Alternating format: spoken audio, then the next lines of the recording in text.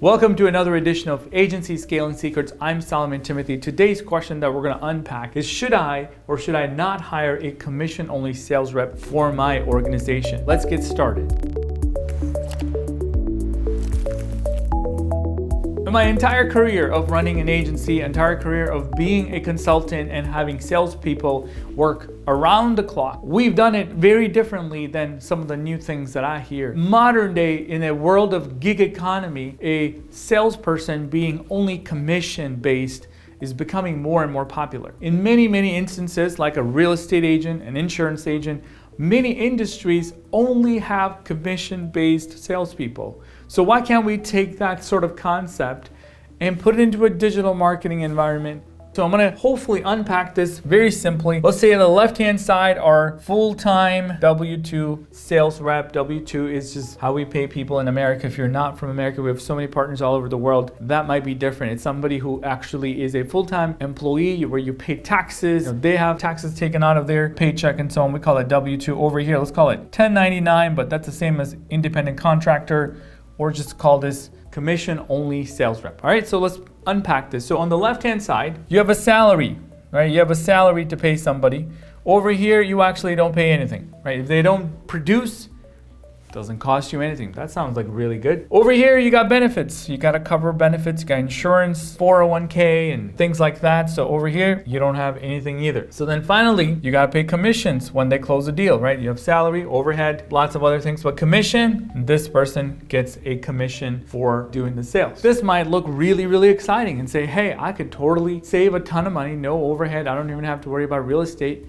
They're going to work from their homes and take the calls. Now, what I've seen typically in this environment is that when it comes to training, this person gets a lot better training because they're in the office or they're working with the rest of the team. They learn about the company, they know the culture, they know what they believe in, what kind of customers are a good fit. And so figuring out the best long-term success of the customer, to identify the best customers, to really go figure out what we need to do to find more customers like that. This training really comes into play over here. Typically, they watch some videos, maybe they have some minimal interaction, but they come with sort of like, hey, I'm a closer, I know what I'm doing, I don't need any training because I'm only going to get paid when I close the deal, right? So why am I going to waste any of my time? Because technically, I'm not being paid to be trained. I only get paid when I close a deal. So the training part gets really difficult. You can't force somebody to go through your training only to make little to no money for their time, right? So they're only going to invest time if they see money on the other side. Why? Well, this person over here is really motivated by money, and clearly they have to figure out how and where to make money. And so typically if they see another opportunity that makes a slightly more income, they're going to be moving from this side to there because they're just constantly looking to earn money. Both sides could work, right? I mean, you could have full-time employees that really invest the time with the customers because they get paid for their time regardless. So they have no problem. They're like, hey, let's have another call. Let's have another call. Let's live deep. Let's meet in person. Let's do whatever it takes to make sure we're the right fit. Over here, they're trying to cut short and say, hey, is this, are we going to make this deal? What do I need to do? Sometimes make unrealistic expectations for the client just to earn that commission because the only way that they're ever paid is by commission. So the risk is for an agency, what are they motivated by? First of all, they only get paid when they close the deal. So what do you think they're going to do?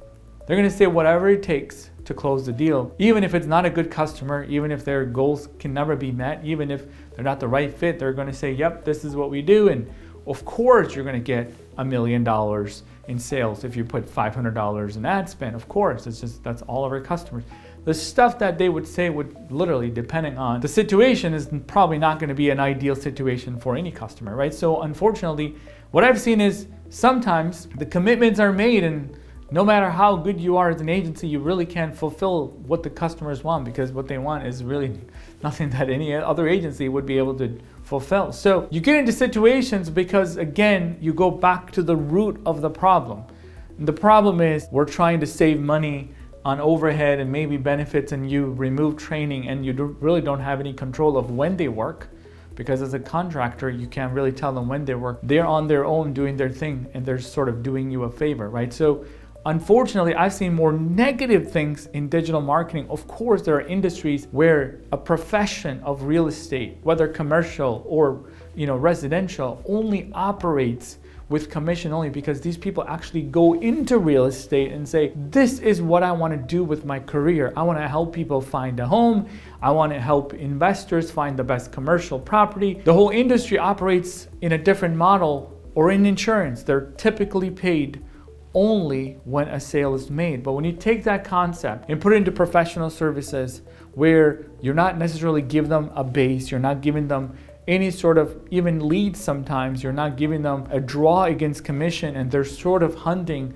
What happens is when they see another opportunity, let's say the sales rep gets an offer and somebody reaches out to them, say, hey, look, we can give you whatever the base is, we can give you this commission and you're going to be able to make on target earning of say $100,000. What do you think they're going to do to that commission only opportunity where they get no benefits, they get no consistent salary, and they're not part of necessarily a team? They're sort of treated like, hey, you're the contractor, right? So you didn't make anything last month, so you didn't get any money.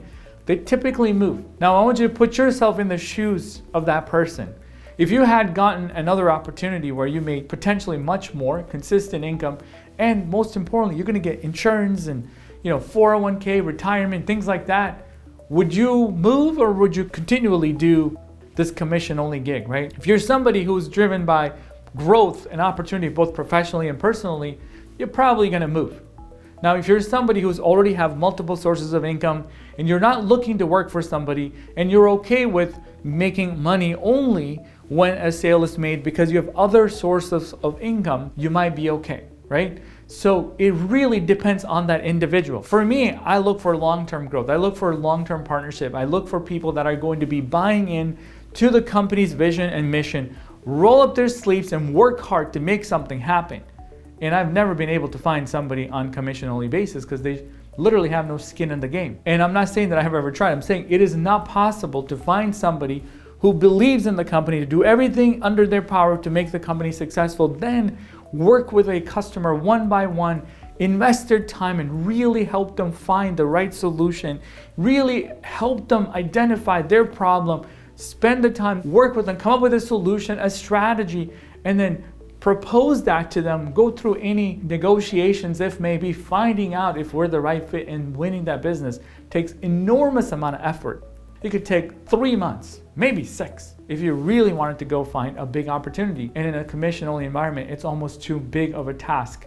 They're not going to want to undertake because they don't know if they're going to be making that money at the end of the 6 months period. I haven't seen this model work in a long enough period to say that this is a better model, but it is absolutely popular. I gotta be honest. It is absolutely popular. Why? Because it sounds good. It only sounds good to the agency. It doesn't sound really great for the salesperson. And to me, sales is everything. It's an experience. You want your customers to really have an amazing experience in that sales process. What's it like to work with your agency as a potential customer? What kind of, maybe communication are they going to be able to have? How frequently and how much time are you going to give to that prospect? And how much care are you going to give? And I think it takes a different type of sales experience for the modern sales, organizations and the modern prospects of the world. Like, you really want them to feel like they're not pressured. You really want them to feel like if we're not the right fit, that's going to be okay. You really want them to feel that at the end of the day, I'm not being sold to anything. It is their pleasure in having this sales conversation and actually making a decision to work with you. That's the world that we live in. And you never want to feel like a used car salesperson. You never want them to feel like, hey, what's it going to take to get you in this car today? If a salesperson told me that, I'm probably not going to be working with that salesperson or that dealership, if you ask me. Why? Because we know that kind of that stigma against salespeople. They're called sleazy and all the different names that people call because of bad experiences in their mind. What I want to make sure is that whether you go down the path of a commission-only sales rep or a full-time person, because they could be just as bad, but at the end of the day, you really want to make sure that you take so much time and energy to qualify every opportunity, invest the time to understand the pain points, the needs, and then provide solution and find out if we can solve their problem with a budget that's reasonable, and then to onboard that customer and to do any kind of post-fulfillment of that presentation, right? That's what you really want to do. And that might take a little bit more than a one-time sale, a one-call close sales experience, right? That's what I really want you to get out of this. It's not whether, hey, Should you go down the path of commission only? I would really want to know the motives behind this sales rep. I really want to know if they were to be presented a better opportunity. Are they going to stay here or are they going to go? But if they're going to go, why would you waste your leads, the energy in generating leads and spending money on ads? Maybe it's Facebook ads, maybe it's Google ads, and booking appointments when that person might be taking another call for a different company or something like that. You lose the lead, you lose the opportunity, the lead is not going to reschedule on a call, and most importantly, you're losing revenue and most importantly, time for the agency, for your business. So is it worth the risk? If you can't hire full-time people, maybe you got to reinvestigate, like, what do we need to do to grow this agency, right? Maybe the owner of the agency takes the sales calls until you have enough money to hire a sales rep. Maybe that's the opportunity. But at the end of the day, I really want you to think about the pros and cons of what you're really doing. Is this a short-term revenue generating business?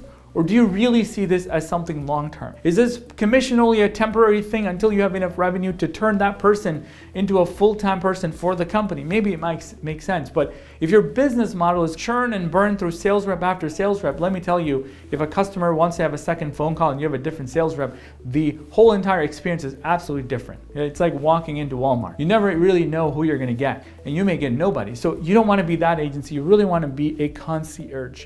You really want to make sure that, hey, if I ring the bell, I'm going to get the best in class service. If I call the number, I'm going to have a human being on the other side. That's the experience that I hope you want for your agency. And in my world, if you ask me one after the other, I would pick the one that is going to probably cost more for the agency. But at the end of the day, short term, it is going to be more costly. Long term, you're going to have tremendous amount of savings. The commission side, short term, is going to be very cost effective. But in the long term, it's going to be very expensive. It's going to be very expensive to not be able to close deals, to not retain those customers, to not have that experience. Whether you hire a commission-only sales rep or you find a person that is full-time, that is a good fit from a competence, commitment, and culture fit for your agency, as long as you take care of those leads, right? So as long as you're doing the part, what a sales rep really does, which is investing the time, their energy, into someone else's business and really uncovering their pain for them and providing solutions, you're in great hands, right? Kudos to you if you found that on a sales commission only basis. However, in our organization, we've always invested in the sales rep. We invested in training, giving them the resources that they need, both professionally and personally, to help them scale themselves and scale the business. That's how we grow. Just an FYI. And if it was really popular, the biggest of companies will be doing it, but you really want to make sure that you're doing what's in the best interest of that individual and the company. All right, you want to make sure that you don't have high attrition in your sales department. You really want to make sure that you're not reinventing the wheel every single time, because it takes enormous amount of learning in digital marketing and also in sales process and how to deal with customers and how to overcome objections. There's quite a lot of training and coaching that we do to salespeople every single day. So it's not quite easy to just go in and become a sales rep and tomorrow be able to do that like a pro. If you like this content, click that like button and leave me a comment. Tell me whether you like this idea or you don't like this idea. We really want to hear from you. Consider subscribing to this channel. Turn on that bell, you guys. Want to make sure you get all the latest notifications when we drop any new content. All right, thank you so much for watching. I will see you next time.